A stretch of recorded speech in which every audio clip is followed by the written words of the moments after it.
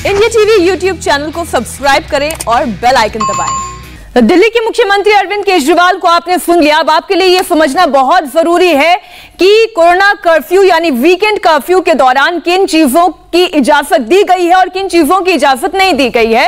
वो एक एक पॉइंट हम आपके सामने रख रहे हैं। मॉल, स्पा और ऑडिटोरियम के साथ ही जिम बंद रहेंगे। इसके अलावा अगर सिनेमा हॉल की बात की जाए तो सिनेमा हॉल में 30% कैपेसिटी के साथ ही सिनेमा हॉल से चालू किए जाएंगे, यानी केवल 30% दर्शक रहेंगे। इसके अलावा रेस्टोरेंट्स में बैठकर खाना खाने की इजाजत नहीं दी गई है। आप होम डिलीवरी करवा सकते हैं, यह सुविधा रहेगी। टेक अवे नहीं, होम डिलीवरी आप घर में खाना ऑर्डर करके मंगवा सकते हैं। अब आप देखिए कि साप्ताहिक बाजारों को लेकर जो सवाल था वो पाबंदी के साथ खुले रहेंगे। इसका मतलब यह कि जो जोन डिसाइड किए गए हैं, जोन के हिसाब से साप्ताहिक बाजारों को खुले रखने की इजाजत दी जाएगी। वो जोन भी बहुत जल्दी सामने आ जाएंगे, कौन कौन से हैं।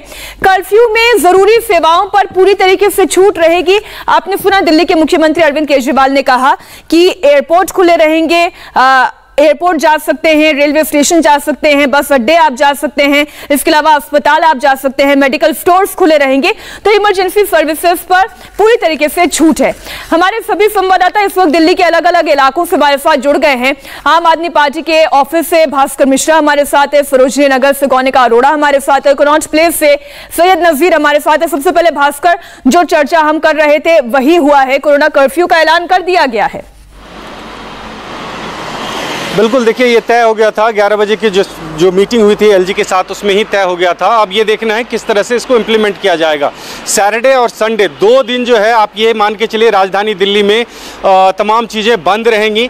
जो मॉल्स हैं वो पहले ही पूरे सप्ताह भर के लिए बंद कर दिया गया है। वो कब से कब तक किया जाएगा ये अभी टाइम निर्धारित नहीं किया गया है कि पूरे अप्रैल तक है या मई तक है, वो टाइम निर्धारित नहीं हुआ है। कर्फ्यू में किसको छूट मिलेगी इसके लिए ये कहा गया कि एसेंशियल सर्विसेज से जुड़े हुए तमाम लोग जो हैं उनकी आवाजाही पर कोई प्रतिबंध नहीं होगी। और ये अभी भी केंद्र सरकार के द्वारा ये तय नहीं किया गया है कि इंटर स्टेट मूवमेंट को बंद किया जाए या नहीं। इसलिए जो रेलवे स्टेशन जाना चाहते हैं, बस अड्डा जाना चाहते हैं, एयरपोर्ट जाना चाहते हैं, वैलिड टिकट के साथ वो लोग भी जा सकते हैं, उनको भी नहीं रोका जाएगा। शादियों का सीज़न है, जिनके घर में शादी तय हो चुकी है, वेन्यू बुक हो चुका है, उन लोगों को भी पास दिया जाएगा। अगर वीकेंड में शादी है तो वो कर्फ्यू के दौरान भी उनके घर में शादी हो सकती है। इस बात का ख्याल रखा गया है इसमें। लेकिन इतना ज़रूर है कि धीरे धीरे हम इस दिशा में बढ़ रहे हैं कि केसेस इतने ज़्यादा आ रहे हैं कि सरकार को अब सख्त से सख्त रुख अपनाना पड़ेगा, जिससे लोगों की मूवमेंट जो है वो कम किया जाए और इस संक्रमण की दर को कम किया जाए। बिल्कुल, सरोजनी नगर से हमारी सहयोगी गौनिका अरोड़ा जुड़ी हुई। गौनिका, आप अभी कोरोना रिकवर होकर आई हैं, आप कैसा महसूस कर रही हैं?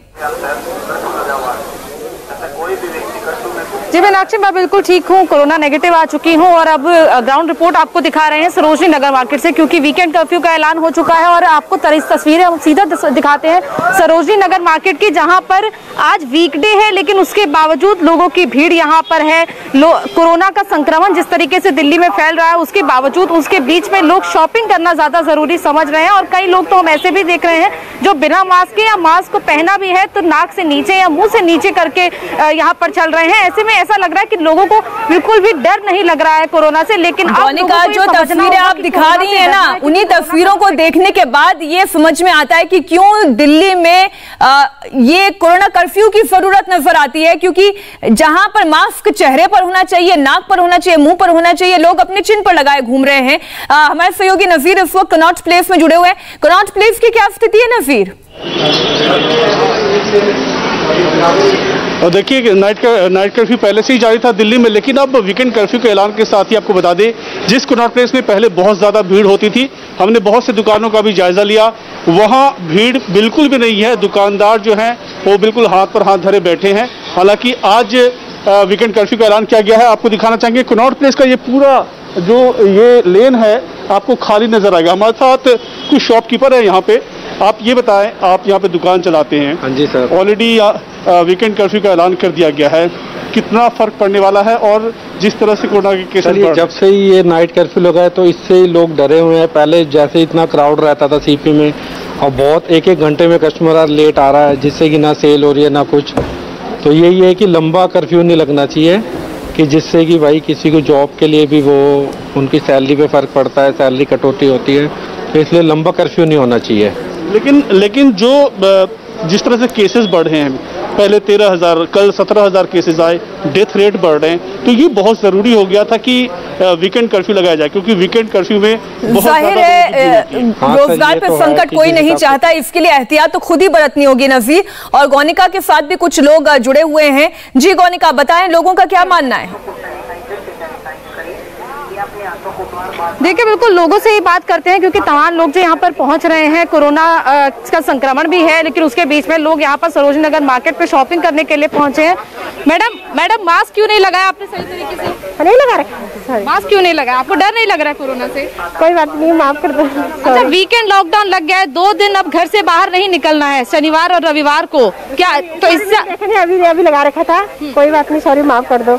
अरे भैया 2 दिन का अब ये वीकेंड लॉकडाउन है, इससे व्यापार का तो नुकसान होगा, लेकिन आपको लगता है कि कोरोना के संक्रमण से अब थोड़ा सा राहत मिलेगी, कि थोड़ा सा लोग एक दूसरे के टच में नहीं आ पाएंगे?